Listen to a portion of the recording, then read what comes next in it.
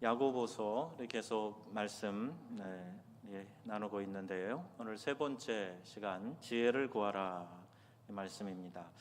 앞에서 추석 전이죠. 인내를 온전히 이루라 이렇게 말씀을 드렸는데 찾아오는 여러 가지 우리 삶의 시련들을 끝까지 잘 참고 인내해라 그렇게 말씀을 드렸어요. 그래서 힘들 때면 나를 사랑하시고 또 더 큰 고난의 십자가를 지신 예수님을 바라봐라. 그 예수님이 누구냐? 우리 믿음의 주요 또 우리를 온전케 하시는 그 예수님을 바라보자 그렇게 말씀을 드렸습니다. 그러면 목사님 무조건 참기만 하면 되는 건가요? 무조건 참으라는 말씀인가요? 아니지요. 하나님 앞에 지혜를 우리가 구해야 합니다. 누구든지 지혜가 부족하거든 후히 주시고 꾸짖지 않으시는 하나님께 구하라 이렇게 말씀하셨어요. 그러니까 전제가 지혜가 부족하거든 이라고 되어 있으니까 나는 지혜가 아주 많아, 내가 지혜가 더 많아지면은 나 사고 칠 것 같다 이런 분 혹시 계세요? 그러면 안 구하셔도 됩니다.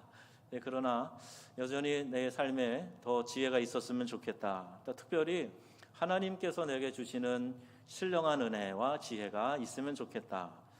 내 삶에 때로는 한계도 느끼고 어떤 것이 바른 판단인지 잘 모르겠다, 또 주저하게 된다 싶을 때 하나님의 신령한 지혜를 더 구해야 되겠지요.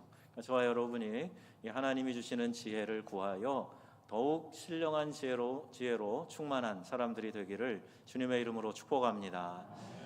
이 지혜는 세상의 지식과 학력 이것과도 무관해요.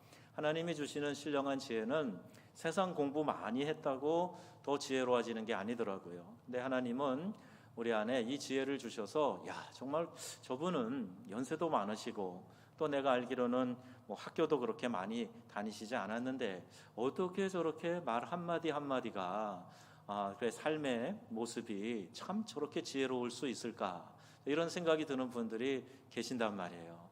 이게 하나님이 주시는 지혜 아니겠습니까? 믿음의 사람들이 보통은 불신자들보다 훨씬 지혜로워요.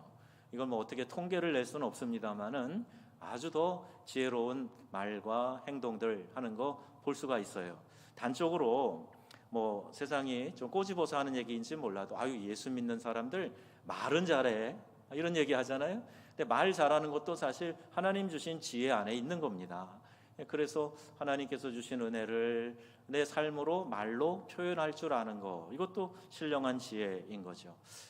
이야기를 하나 드리려고 그러는데 제 신학교 동기생 중에 좀 이렇게 어리버리한 게 그 사람의 트레이드 마크인 사람이 있었어요. 사람은 참 좋은데요, 말하는 것도 그렇고 늘 이렇게 세수 안 한 것 같은 부시시, 머리도 잘 안 빗고 그런 모습으로 나타나기가 일상이었습니다. 종종 이제 이빨도 안 닦는지 고춧가루도 좀 끼어 있고 하여튼 그냥 모습이 좀 그래요. 그런데 한마디로 말하기 뭐하니까 거시기하다 그럴게요. 좀 거시기한 친구가 있었습니다.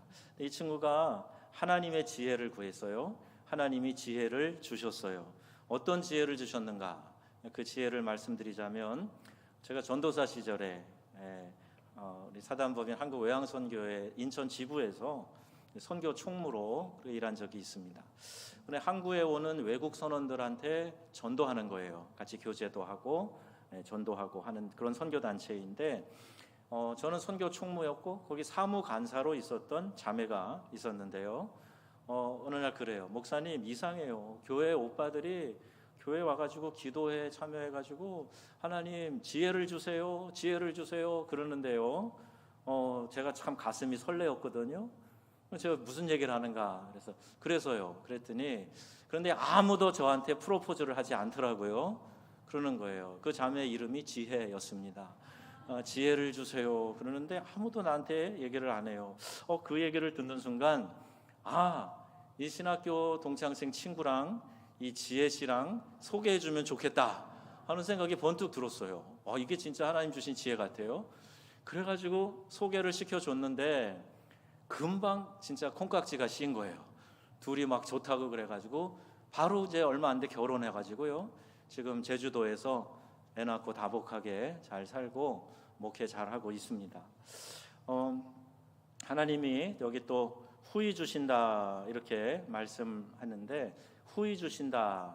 이 얘기는 그래서 우리가 넘치게 흔들어 넘치게 많이 주신다 이렇게 물량적인 것으로만 생각하기 쉬운데, 후히 주신다는 말의 의미는 반드시 주신다 이렇게 번역하는 게 더 가깝습니다. 우리가 지혜가 부족해서 하나님께 구하면 하나님이 반드시 주신다, 그런 의미를 가지고 있어요. 그러나 여러분, 어떤 이제 중요한 시험, 우리 학생들, 고3생들 수능, 또 우리 청년 가운데 지금 임용고시 준비하고 있는 자매 있는데, 그러니까 어떤 시험을 준비하면서 시험을 앞둔 학생이 이 말씀을 근거로 공부 안 하고 하나님께 지혜만 구한다. 그러면 어떻게 될까요? 시험 점수는 엉망이 될 겁니다. 지혜도 구하고 공부도 하고, 그래서 최선을 다하는 노력이 있어야 되죠. 선교지에서 만난 선교사님 중에 제법 연세가 드셔가지고 오신 분들 가운데 이런 얘기를 하는 분을 들어봤어요. 아이고, 나는 목사님처럼 언어의 은사가 없어요. 그래서 언어의 은사가 없으니까 현지 말 공부 안 하고 그냥 사역하겠다는 거예요. 또 심지어는 좀 한 단계 더 나가가지고 현지어를 방언으로 받겠다, 이렇게 얘기하는 사람까지도 있어요. 그러면 여러분, 이 시대에 방언으로 중국어 하게 해주세요 그러면 그 은사 주십니까? 중국어 학원 다 망해요. 그러면 방언으로 영어 할 수 있게 해주세요. 혹시 그래서 영어 방언 받으신 분 계세요? 그런 기도 하실 필요가 없습니다. 이 시대에는 공부할 수 있는 길이 있고 내가 노력해서 그 언어를 습득해 나가면 되는 거죠. 하나님 그렇게 기도하는 거 안 주십니다. 어떤 신학생이 시험지 답안에 하나님은 다 알고 계신다 이렇게 써서 내자 교수님께서 이렇게 답을 썼습니다. 물론 하나님은 다 알고 계십니다. 그러나 당신은 0점입니다. 이렇게 썼다는 유명한 일화가 있어요. 공부 안 하고 지혜만을 구하는 거 믿음이 아닙니다. 요행을 바라고 복권 사는 거 이거 믿음 아닙니다. 아무리 내가 이거 당첨되면 이렇게 쓸게요 하고 선한 사업에 대한 얘기를 장황하게 늘어놓고 하나님 계약하시죠. 사인해 주세요. 내가 복권 이거 딱 당첨되면 하나님 절반은 건축원금입니다. 절반은 내가 하나님 나라를 위해서 쓰겠습니다. 그래도 이런 거 하나님 들어주시지 않는다는 말입니다. 더구나 여기서 말하는 이 지혜, 이것은 문맥으로 볼 때에 바로 이런 거예요. 시련 속에서 어떻게 해야 할지를 구할 때 하나님께서 바른 처사를 알려주시는 지혜라는 겁니다. 시련 가운데, 어려움 속에서, 위기 가운데 있을 때 하나님 어떻게 해요? 하나님 어떻게 하면 좋을까요? 무엇이 하나님의 뜻일까요? 구할 때 하나님께서 이 지혜를 주신다 말씀하고 계시는 거예요. 하나님은 우리를 시련에서 당장 건져내실 수도 있으세요. 방법이 없어서, 능력이 없어서 우리를 바로 구원해내지 않으시는 것 아닙니다.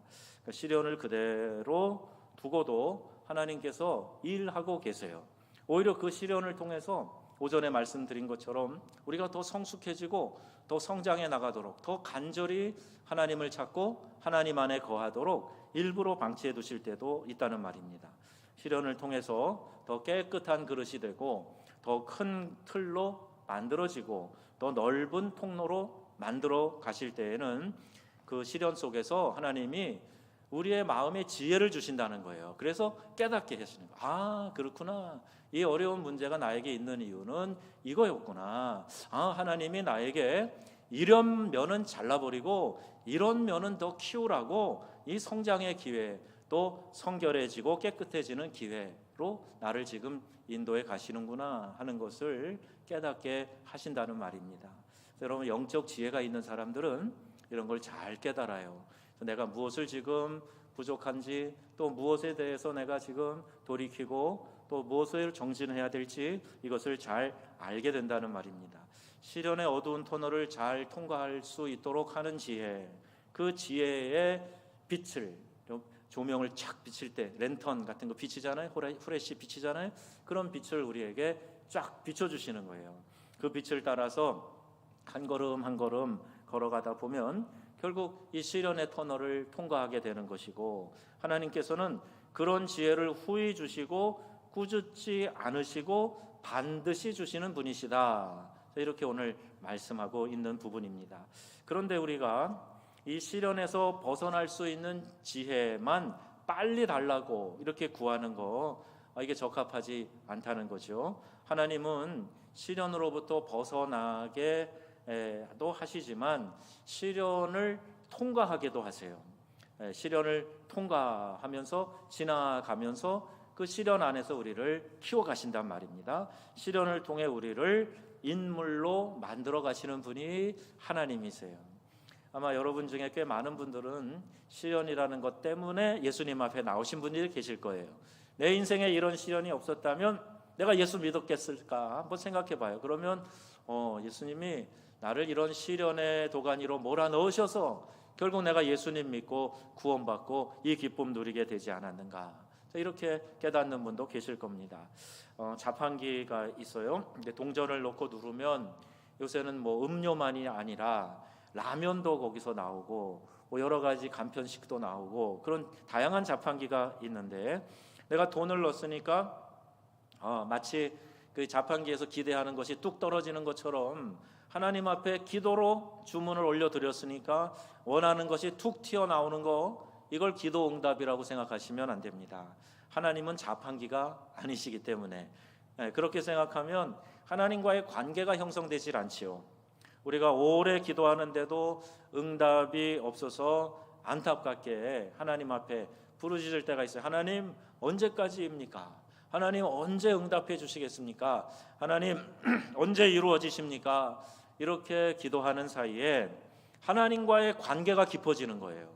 그럼 어떤 이야기든지 사람들을 자주 만나고 또 대화를 하고 하다 보면 그 사람에 대한 이해가 넓어지고 그러면서 관계가 깊어져 가게 되는 것처럼 하나님과의 관계에서도 우리가 하나님을 찾으며 간절히 매달리면서 그 관계를 깊게 해 간다는 거죠. 그러던 어느 날 하나님이 응답해 주시잖아요. 그러면 막 기뻐 뛰며 펄쩍펄쩍 뛰면서 하나님 주셨다고 감사하고 찬양하고 그렇게 되고 하나님에 대한 신뢰가 이제 한 단계 더 올라가게 되고 그러는 거예요. 어떤 것이든지 쉽게 얻으면요, 그것에 대한 가치를 잘 모릅니다. 그러면 부유한 집안에서 원하는 대로 척척 줘가지고 키운 자녀들 한번 보세요. 견고하지가 않아요. 심지가 굳질 않습니다. 조금만 시련이 다가오면은 막 호들갑을 떨고 그냥 퍽퍽 쓰러지는 그런 아이들이 많아요. 그런데 정말 밥 한 끼, 내 지금 자라면서 공부할 문제, 내가 앞으로 나아갈 길에 대한 진지한 고민, 이런 것 때문에 막 견고하게 자란 아이들이 있어요. 시련을 통과해 가며 어려움 이겨내며, 그런 사람들은 누가 봐도 견고해 보여요. 또 어떤 시련이 와도 잘 이겨낼 것 같은 그런 신뢰감을 준단 말입니다. 여러분, 믿음의 관계에서도 마찬가지예요. 하나님이 우리를 기다리게 하시는 것은 그만큼 간절하게 하나님께 구하기를 원하고 계시는 거고, 그 때를 하나님은 기다리고 계시는 거예요. 근데 우리가 때를 정해놓고 하나님 이제까지입니다, 이때까지 해주셔야 됩니다, 안 들어주시면 알죠. 그럼 또 삐쳐가지고 하나님과 거리 두게 하고, 이거는 초보적인 신앙이에요. 원하면 즉시 원하는 대로 해주는 거, 이게 부모가 자녀 망치는 아주 빠른 방법 중에 하나라고 합니다. 1994년에 우리나라에 아주 끔찍한 존속살인이 일어났는데, 당시 한국 나이로 24살짜리 박군이에요. 서울 강남에서 고등학교를 나왔습니다. 당시 원광대학교 2학년 재학 중인 학생이었는데 방위 복무를 마치고 그리고 나서 93년에 미국 유학을 갔어요. 그러니까 부모가 좀 돈이 많은 분이었거든요. 뭐 하시는 분이세요. 서울에서 한약방, 뭐 약재상 이런 거 하는 분인데, 그냥 돈이 많으니까 아이를 미리 유학을 보내놓고 학비며 생활비며 잔뜩 보냈는데, 이 아이가 이걸 가지고 도박을 합니다. 카지노 다니고 도박을 해가지고 다 탕진해 버렸어요. 그리고 나가지고 이제 귀국해서 돈도 막 구워서 빌려서 쓰기도 하고, 그러다가 귀국했는데 부모님이 그런 상황들을 아시고 막 심하게 야단 질타를 하게 되었습니다. 결국 이 친구가 원한과 재산 상속에 눈이 멀어가지고 자기 부모를 살해하고 집에 불을 지른 폐륜화가 된 거죠. 나중에 부검해 보니까 끔찍하게도 40군데나 칼자국이 나는 아주 끔찍한 일을 자식이 부모에게 한 거예요. 여러분, 부모가 어떻게 했는가 뻔해요. 원하는 대로 그때마다 툭툭 다 해주니까 이 아이는 조급함이 있는 거예요. 빨리 안 되면. 요새 다 리모컨 가지고 있잖아요. 리모컨 누르면 채널이 척척척 바뀌는데 이게 내 생각대로 안 되면 짜증난단 말이에요. 그러니까 이렇게 자란 아이가 되다 보니까 부모도 내 뜻대로 원하는 대로 척척 해줘야 되는데 안 해주니까 부모에게 이렇게 폭발을 해가지고 끔찍한 폐륜의 일을 저지르게 된 겁니다. 우리에게 정말 지혜가 필요합니다. 하나님은 우리가 시련을 통과하는 이 긴 터널, 이 끝에서 저 끝까지 쫙 다 보여주시면 얼마나 좋겠어요? 그러면 아마 누구든지 다 힘들지만 가자. 그럼 끝까지 갈 거예요. 저 끝이 어딘지 아니까, 보이니까. 그런데 하나님은 그렇게 처음부터 끝까지 쫙 보여주시는 게 아니고 한 걸음 한 걸음 나아갈 길을 조금씩 비춰주신다는 말이에요. 하나님은 바로 앞만 볼 수 있는 그런 이제 등불, 랜턴 같은 걸 주시는 거예요. 바로 앞만 보고 어떻게 하라고요? 믿음으로 걸으라고, 하나님만 의지하고 가라고. 만나를 주시려면은 좀 일주일 동안 저장해도 되는 거, 일주일 동안 수고 안 해도 되는 거 한 번에 주시지. 매일매일 주시잖아요. 매일 가서 거둬들이게 하잖아요. 매일매일 하나님 의지하고 우리에게 만나를 내려주시고 먹게 하시는 분이 하나님이시다 하는 것을 알게 하시기 위해서 그렇게 하셨어요. 그리고 이런 말씀합니다. 마태복음 6장 34절 말씀인데요, 읽어보겠습니다. 그러므로 내일 일을 위하여 염려하지 말라. 내일 일은 내일이 염려할 것이요 한날의 괴로움은 그날의 족하니라. 아멘. 내일 일을 걱정하지 마라. 우리가 내일을 지금 살고 있는 거 아니잖아요. 오늘 살고 있는 거잖아요. 그러니까 내일 일은 내일이 걱정하게 놔두고 내일 일을 걱정하지 말고 그날 하나님 의지하면서 살아가라는 거예요. 우리가 느끼는 삶의 고통에는 몇 가지 이유가 있습니다. 그 첫 번째 고통의 종류는 뭐냐 하면 징계로 인한 고통이에요. 하나님이 책망하시는 거죠. 요나가 물고기 뱃속으로 들어간 사건을 여러분 아실 겁니다. 하나님이 니느웨에 가서 회개의 복음을 전하라 그랬는데 요나는 다시스로 갑니다. 니느웨 사람들이 회개하고 돌이키는 것을 원치 않았어요. 하나님이 그냥 진노의 심판을 내리셔가지고 폭삭 망하게 하시면 좋겠다. 선지자였지만 자기 적국 이 니느웨 백성들을 싫어했단 말입니다. 니느웨 도성의 사람들. 이럴 때 하나님이 요나를 이 물고기 뱃속에 들어가게 한 거, 이거 징계의 고통이에요. 두 번째 종류의 고통은 고통당할 만큼 잘못한 일이 없는데도 애매하게 당하는 고통이 있습니다. 욥의 고난이 그런 거예요. 욥은 잘못해서 벌 받는 게 아니잖아요. 그런데 이게 시험 가운데 이런 어려움 속에 들어가는 거. 또 하나는 세 번째, 바로 살기 때문에 당하는 의인이 당하는 고통도 있어요. 따돌림 당하는 거예요. 또 복음 전할 때 받는 핍박이 있어요. 이것은 의롭게 살기 때문에 당하는 고통입니다. 여러분 이 세 가지를 잘 구별하세요. 내 삶에 어떤 고통이 있을 때 내가 의롭게 살기 위한 고통을 받는 건지, 아니면 하나님의 징계를 받는 건지, 아니면 다른 어떤 목적을 위해서 받는 애매한 고난이 있을 수 있는데 그것인지, 이것을 한번 판단을 해보아야 됩니다. 또 하나는 이 네 번째죠. 또 하나는 누구나 당하는 보편적인 고통이 있어요. 우리의 삶 자체가 불가에서 말하는 고해, 쓴 바다라고 하는 것처럼 누구나 다 우리의 인생은 고난의 문제를 직면하면서 살아가게 됩니다. 여러분은 어떤 고통의 문제가 지금 있으십니까?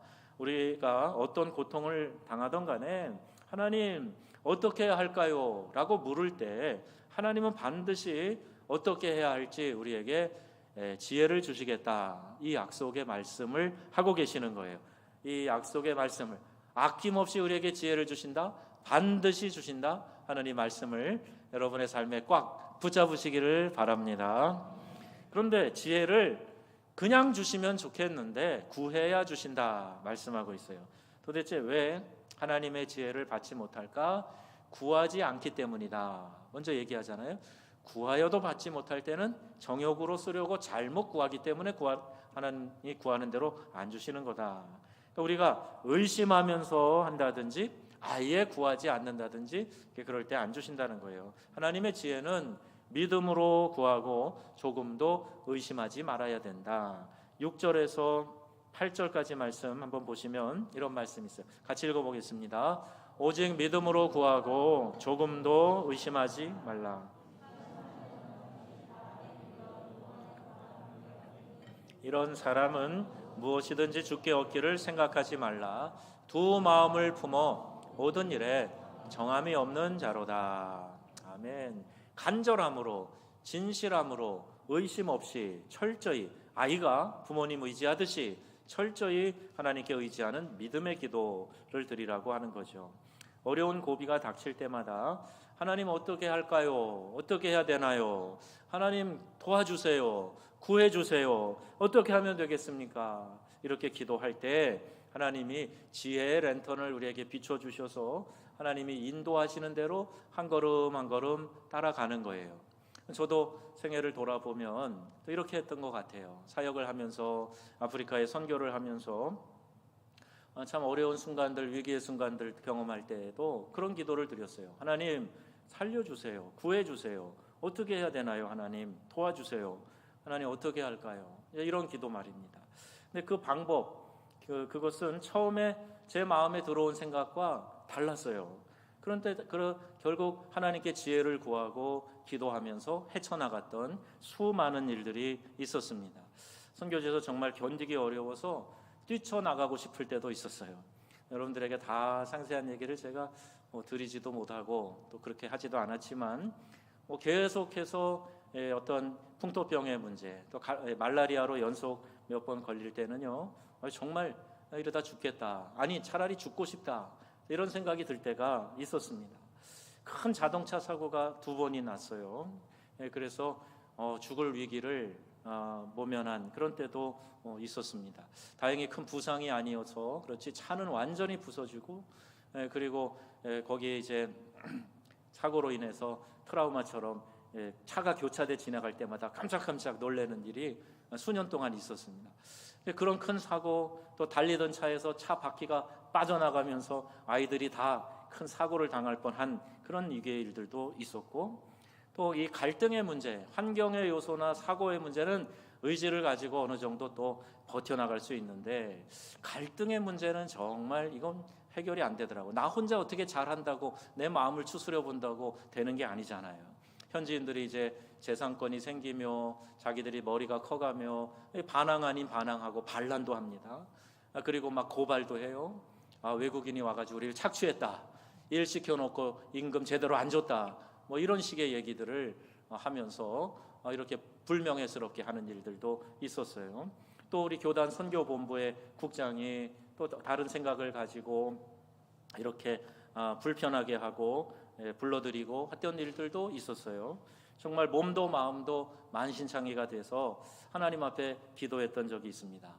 그때 하나님 앞에 하도 간절한 기도였고 정말 견디기 힘든 상황에서 드린 기도였기 때문에 그때 때려쳐라, 몰라주는 인간들 때문에 더 이상 아픔 겪지 말고 이제 되었으니 돌아와라, 이런 응답을 기대했거든요. 근데 그런 응답을 하나님이 주시지 않는 거예요. 매달려 기도한 기간이 거의 2년 가까이 됩니다. 환경적으로도 어려워서 물도 전기도 없는 곳에서 집만 멀쩡하게 지어놓고 거기 살았어요. 여러분, 아프리카 그 40도 넘나드는 더위에서 물이 안 나온다, 전기가 없어서 선풍기 하나 못 돌린다, 이건 상상이 안 되실 겁니다. 그래서 제가 자주 얘기를 안 해요. 여러분들이 어차피 공감을 안 해주실 거니까 제가 속히 여러분들을 모시고 아프리카를 가려고 그럽니다. 그래서 이런 곳입니다 라고 보여줘야 되기 때문에. 그곳에서 다른 지역에서는 그래도 멀쩡하게 전기도 있고 냉장고도 돌리고 그러는데 그렇게 못한 상황에서 몇 년을 보냈단 말이에요. 제가 참, 우리 어머니도 계시지만 가족들도 이해를 못 하더라고요. 가족들도. 그래서 명절에 또 인사한다고 어렵게 전화 드리면 떡국은 먹었냐 그러세요. 떡국이 어디가 있어요. 떡국이 배 한쪽, 시원한 배 한쪽 좀 이렇게 입에 탁 물어봤으면, 제가 그때 기도 편지에 그걸 쓴 일이 있어요. 시원한 냉장고에서 나온 배 한 입만 물어봤으면 그게 막 마음의 소원이 될 만큼 그렇고 늘 축축하고 눅눅하고 덥고 짜증나고 그런 환경에서 정말 몸도 마음도 만신창이 같은데, 왜 하나님 이 정도 했으면 됐지. 내가 무슨 특별한 사람도 아니고 특별한 잘못을 한 것도 아니고 위대한 영웅도 아닌데 이곳에 두시면서 이 고난 겪게 하십니까? 그때 하나님이 됐다. 사랑하는 아들아, 내 종아, 수고했다. 이제는 나와도 된다. 아유, 이 응답을 기다리면서 기도했는데 도리어 힘들어 떠나려고 응답을 구해도 확신을 주시지 않는 거예요. 갈등의 문제도요, 이거 절대로 미워해서는 안 된다. 말씀대로 축복하고 품어라. 문제를 내게 맡겨라. 내가 그를 깨닫게 할 것이다. 이런 응답만 주어지지 하나님이 제 마음 시원하게 대답을 안 하시는 거예요. 그래서 하나님 원망할 마음이 들 만큼, 그렇게 왜 하나님 저만 미워하세요? 이런 마음이 들 만큼 힘든 시간들을 보낸 일이 있습니다. 그러나 그 시간을 지나고 나서 생각해 보면, 아, 이게 하나님이 나를 인도해 가시는 과정이었구나. 한 걸음 한 걸음 지나면서 깨닫게 하시고 나를 세우시고 성장시키시려는 하나님의 계획이셨구나. 이것을 깨닫게 되었습니다. 아마 여러분들도 비슷한 경험을 하는 분들이 계실지 몰라요. 그때 하나님 원망하지 마시고, 하나님이 나를 너무 사랑하셔서 지금 나에게 하나님이 이 고난의 길을 통해 기대하고 있는 것이 있으시다 하는 걸 여러분 바라보시고 믿음으로 정진하시기를 바랍니다. 그때 기도하면 하나님이 지혜를 주신다는 거예요. 깨닫는 지혜, 어떻게 대처할 것인가에 대한 지혜, 하나님이 허락해 주시고 인도해 주신다. 그 하나님의 지혜는 랜턴처럼 바로 앞에 있는 걸 비추면서 한 걸음 한 걸음 실족하지 않도록 인도해 가는 그런 모습이에요. 그 랜턴을 여러분이 소유하시고 말씀을 통해서, 성령을 통해서, 성숙한 지도자와 전문가들을 통해서, 환경을 통해서, 또 자연을 통해서 주시는 이 지혜로 한 걸음 한 걸음 나아가시면서 이 터널을 통과하실 수 있기를 바랍니다. 결코 쉽지 않다, 용이하지 않다 하는 것은 우리가 다 공감하는 바이나, 그러나 답은 분명히 있어요. 늘 하나님께 이 지혜를 구하고 진지하게 한 걸음 한 걸음 나갈 때 우리 실족하지 않고 하나님께서 이 고난의 터널을 반드시 통과하게 하신다 하는 것을 우리가 깨닫고 또 믿기 때문입니다. 그런 과정을 통해서 여러분 더욱 큰 인물로, 더욱 큰 축복의 통로로 세워져 가시기를 주님의 이름으로 축원합니다.